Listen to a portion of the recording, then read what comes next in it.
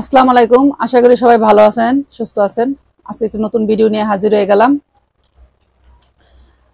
যারা দেশ থেকে আত্মীয় স্বজন বিদেশ নিয়ে যান, প্রবাসে নিয়ে যান, ভাই, ছোট ভাই, বোন জামাই, মামা, চাচা, চাচাতো ভাই, খালাতো ভাই, অনেকে অনেক আত্মীয় স্বজন বিদেশ নিয়ে যায়। কেন যারা বিদেশ থাকে তাদের কাছে আশা করে যে মানে ছোট ভাই যারা দেশে থাকে তাদেরকে নিয়ে যাবে, বড় ভাই যে যে থাকে সে নিয়ে যাবে। বা অনেক অনেক সময় একটা দায়িত্ব কাজ করে যে আমার ছোট ভাই দেশে আছে, আমি যেহেতু বিদেশে আছি আমার ভাইটারে নিয়ে আসলে আর একটু ভালো হয়, আমার ফ্যামিলিটা আর একটু উন্নতি হবে, এই চিন্তা করে। বা চাষিরা থাকলে চিন্তা করে যে আমার বাতিজা যখন আছে আমার ছেলেটারে নিয়ে গেলে আমার ফ্যামিলিটা উঠে যাবে, এরকম আর কি চিন্তা ভাবনা করে। এবং যারা নিয়ে যান আত্মীয় স্বজন তাদেরকে বলতেছি, বা ওই বড় বাইরে সবাইরে বলতেছি, ছোট ভাইরা দেশে নিয়ে যান, যাওয়ার সময় যে এত টাকা পয়সা খরচ করেন, যা খরচ করেন সবকিছু একটু নোট করে রাখবেন। আর কেন বলতেছি কথাটা একটু প্লিজ দয়া করে পুরোটা ভিডিও দেখবেন, দেখলে বুঝতে পারবেন কেন বলছি এই কথাটা। কেন বললাম এই কথাটা, আমার এক পরিচিত লোক, সে ভাই সৌদি আরব থাকে, ওনার মানে ফ্যামিলিটা দেশে থাকে। উনি ওনার ছোট ভাইরে বাংলাদেশ থেকে সৌদি আরব নিয়ে গেছে, সৌদি আরব নিয়ে গেছে। এবং ওনার ভাইরে ওনার ওইখানে রাখলো একটা বছর। ওনার ভাইরে উনি একটা বছর রেখে একটা বছর পরে ওনার ভাইরে উনি কাজে লাগাইলো। আর ওনার বাইরে উনি দেশের থেকে নিচ্ছে, অনেক টাকা পয়সা খরচ হয়েছে, প্লেনতে গেছে, প্লেন ভাড়া লাগছে। ওইখানে গিয়ে একটা বছর ছিল ভাইয়ের কাছে, ওই ভাইয়ের রুম ভাড়া দিতে হয়েছে, খাবারের খরচ দিতে হয়েছে। উনি মনে করেন বিদেশের বাড়ি আপনি সেভ করলো, টাকাটা পকেট থেকে যায়, বিদেশের বাড়ি কেউ কিন্তু কেউ একটা টাকা দিয়ে সাহায্য করে না। তারপরে আবার মনে করেন চুল কাটবেন, সেটারও পয়সা লাগে। আপনার কি জানি বলে, একটা সিগারেট খাবেন, একটা পান খাবেন, সেটারও পয়সা লাগে, ফ্রিতে কোনো জিনিস হয় না। যেটি করতে যাবেন পয়সা ছাড়া কোনো কাজ হয় না। এবং অনেকের কিন্তু বিকালবেলা সবাই বাসা থেকে বের হয়, একটু হাঁটাহাঁটি করে, ঘোরাঘুরি করে। অনেকের আবার অভ্যাস থাকে একটুখানি বিড়ি সিগারেট খাওয়ার, একটু সিগারেট খাওয়ার, একটু পান খাওয়ার অভ্যাস থাকে। এগুলো কিন্তু পয়সার বিনিময়ে আসে, ফ্রিতে আসে না কোনো জিনিস, পয়সা দিয়া কিনতে হয়। আবার বিকালে চা নাস্তার জন্য আলাদা করে পয়সা দিতে হয়। যখন নিজের ছোট ভাই নেয় না, তখন কিন্তু টাকার হিসাবটা করে না। মনে করে আমার ভাই অনেক ভালো থাকুক, পয়সা যা খরচ হোক তাতে কোনো অসুবিধা নেই, আমার ভাই অনেক ভালো থাকুক। সেজন্য ওই ভাইদের উদ্দেশ্যে বলতেছি, ভাই ছোট ভাই আনতেছেন দেশে থেকে, খুব ভালো কথা। কত টাকা ভিসার ফি লাগছে, কত টাকা প্লেনের টিকেটের পয়সা লাগছে, কত টাকা খরচ করে রুমে ছিল ভাই, ওই রুমে একটা বছর থাকতে ভাইয়ের কত টাকা খরচ হয়েছে, মাসে খাবারের খরচ কত দিছেন, ওই যে ভাই বিড়ি সিগারেট খাইলো সেটার খরচ কত দিলেন, পান খাইলো কত টাকা দিলেন, নাস্তা খাইলো কত টাকা দিলেন, ভাই এদিক সেদিক ঘুরতে গেছে আপনার সাথে, কত টাকা লাগছে খরচ, সব একটু খাতায় নোট করে রাখেন।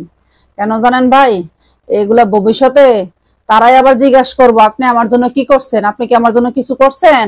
ওই তখন এটা দলিল হিসাবে দেখাইতে পারবেন যে তোমাদের জন্য এগুলা করছি, তোমার জন্য বিদেশি নাই আমি এগুলা করছি, তোমার জন্য বিদেশে না আমি এগুলা করছি, সেটা দেখাইতে পারবেন। এবং প্রত্যেকটা জিনিসের প্রত্যেকটা মানে কখন কখন মানে পিছনে টাকা খরচ করছেন, প্রত্যেকটা জিনিস দিন তারিখ মাস সাল সব সুন্দর করে উল্লেখ করে লেখা রাখবেন। কেন বললাম জানেন, টাকা আপনি কখনো ফেরত পাবেন না, কিন্তু ওই যে যাদের পিছিয়ে টাকা পয়সা খরচ করছেন, যাদের পিছিয়ে এত ইয়া করছেন মানে ইনভেস্ট করছেন, তারা যেন বড় মুখ করে না বলতে পারে যে সে আমার জন্য কিচ্ছু করে নাই। তখন যেন আপনি দলিল হিসেবে এটা দেখাইতে পারেন, না আমি তোমাদের জন্য অনেক কিছু করছি। কেন বললাম, যখন ওই বড় ভাই মনে করেন একটা সময় ছোট ভাইয়ের নিয়ে আসলো, কাজে লাগাইলো, খাওয়াইলো, রাখলো, সব ঠিক আছে। বড় ভাইয়ের অফিসের যে মালিক থাকে তার কাছে তারে দিয়া সুপারিশ করাইছে, করাই আরেক কোম্পানিতে ছোট ভাইরে একটা ভালো চাকরির ব্যবস্থা করে দিল। তো ছোট ভাই ভালো চাকরি পাইলো, এখন চাকরি করতেছে, খুব ভালো কথা। এখন যখন ছোট ভাইয়ের হালাত ঠিক হয়েছে, হালাত ঠিক হতে বাড়ির সবাই বড় বাইরেও দেখতে পারে না, আর বড় ভাইয়ের কোনো কথা বললে সেটা শুনতেও বাড়ির কারোর ভালো লাগে না। কারণ বড় ভাইয়ের তো এখন আর মনে করেন ওই আজ থেকে 30 বছর আগে সে বিদেশ আসছে, 30 বছর আগে শরীরের শক্তি আর এখন আর শক্তি দেখ না, এখন তো বড় ভাই পারে না এত পরিশ্রম করতে, এখন তারা এত পরিশ্রম করতে পারে না, সেজন্য এত পয়সাও বাড়িতে পাঠাইতে পারে না। আর আগে যখন পয়সা পাঠাইতে পারছে তখন সবার কাছে অনেক আদরের ছিল, অনেক ভালোবাসার ছিল। আর বড় ভাই যখন বিদেশে আসে না, আসার সময় বাড়িতে কিন্তু দেখে আসছিল একটা ঘর আছে, তা আবার ভাঙ্গা, 3 দিক দিয়ে পানি পড়ে বৃষ্টির, ঘরের চাল দিয়া বৃষ্টির পানি পড়ে, আর কুকুর বিড়াল সাইডটা ঢুকে আর বের হয়। ভাঙ্গা ঘরটা ভাই কিন্তু বিদেশে এসে বিল্ডিং করছে। এটা সবাই ভুইলা গেছে যে বড় ভাই বিদেশ গিয়ে কিন্তু বিল্ডিংটা করছে। এটা সবাই ভুইলা গেছে যে সে তার কারণে বিল্ডিংটা করছে, সেটাই ভুইলা গেছে। বড় ভাই বাড়িতে বিদেশ গিয়ে সেরা বাড়ির সামনে জমি সবগুলা কিনছে। কেন জানেন? যেন ধান করতে পারে, সবজি লাগাইতে পারে, ফসল করে খাইতে পারে বাড়িতে যারা থাকে তারা। তাদের সুবিধা চিন্তা কইরা, এগুলা করছে। আর বড় ভাই যখন এগুলা করে তখন চিন্তা করছে এগুলা আমার আব্বা যেহেতু বাচ্চা আছে, এগুলো আব্বার নামে করেন, আব্বা আপনার নামে করেন। আব্বারে তাল গাছ মনে করছে। আর ওই আব্বা আম্মা ভাই বোন সবটি মিললা এখন যেহেতু বড় ভাইয়ের পয়সা নাই, একটাও বড় ভাইরে দেখতে পারে না।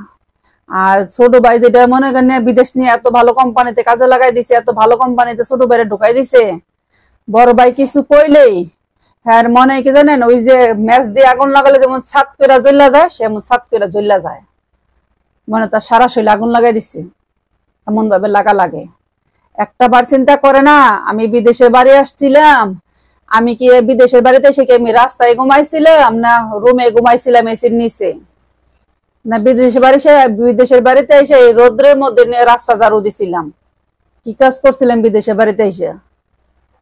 আমি গিয়া কি বিদেশের বাড়িতে এসে মানুষের পচা গন্ধা খাবার যে ডাস্টবিনে ফালাই ওগুলো টোকাই টোকাই খাইছিলাম, না আমার ভাইয়ে ভালো ভালো খাবার রেস্টুরেন্টের খাবার খাওয়াইছে, মেসের খাবার খাওয়াইছে, নিজে রান্না করে খাওয়াইছে? এগুলো একটা কথা মনে রাখে না। ছোট ভাই বোনদের প্রতি সবাই আদর করে ভালোবাসে, টাকা পয়সা ইনভেস্ট করে, চিন্তা করে এটা আমার রক্ত, আমি খাওয়াবো না কে খাওয়াবে, আমি দিব না কে দিবে? অবশ্যই দিবেন।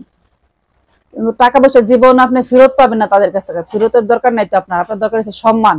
তারা একটু সম্মান একটু ভালোবাসা দিলেই আপনি যথেষ্ট। কিন্তু তারা এদের এটা দিতে গেলে তাদের কষ্ট লাগিয়া যায়। তাদের আপনাকে একটু সম্মান একটু ভালোবাসা এটা দিতে তাদের কষ্ট লাগিয়া যায়।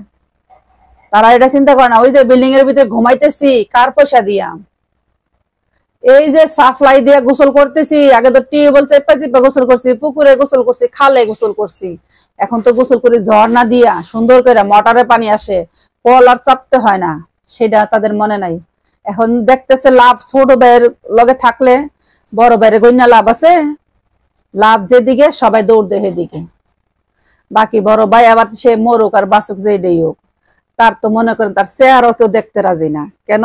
তার অনেক বড় অপরাধ, সে কিসের জন্য সবার জন্য করলো, তার অপরাধ হচ্ছে এটা।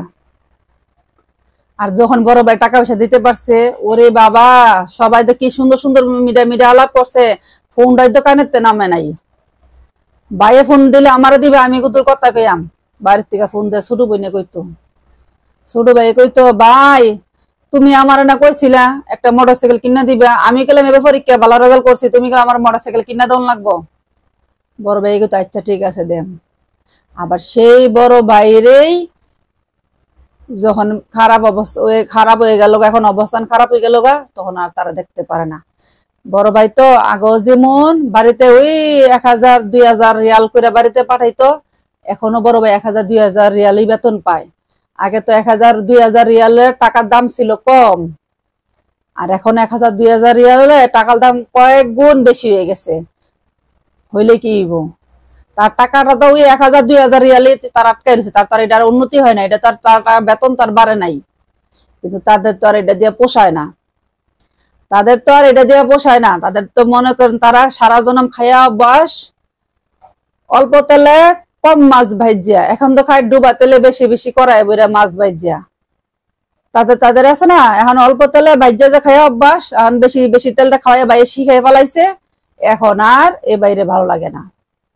এজন্য বলি যত যারা বিদেশ থাকেন সবাইকে বলি, যারে আনেন যার পিছে টাকা খরচ করেন একটুখানি নোট করে রাখবেন খাতায়। কেন নোট করে রাখবেন? যেন ভবিষ্যতে দেখাইতে পারেন যে আমিও তোমাদের পিছে পয়সা খরচ করছি, তোমাদেরকে ফ্রিতে তোমরা সৌদি আরব আসতে পারো না, বিদেশ ফ্রিতে আসতে পারো না, টাকা লাগছে বিদেশ আসতে গেলে, টাকা লাগে বিদেশ আসতে গেলে। এবং এই যে থাকছো 1 বছর খাইছো আরামে, এই যে এত সুন্দর জীবন যাপন করছো, ফ্রিতে হয় নাই, সবটা পুরোটা পয়সার উপর হয়েছে। এটা যেন বলতে পারেন, এটা যেন দেখাইতে পারেন, বাস এটুকু দেখাইতে পারলে অনেক কিছু। যারা যারা আমার ভিডিওটা দেখবেন সবাইকে বলি প্লিজ চ্যানেলটাকে সাবস্ক্রাইব করবেন, একটা লাইক দিবেন, সুন্দর একটা কমেন্ট করবেন এবং একটা করে শেয়ার করে দিবেন।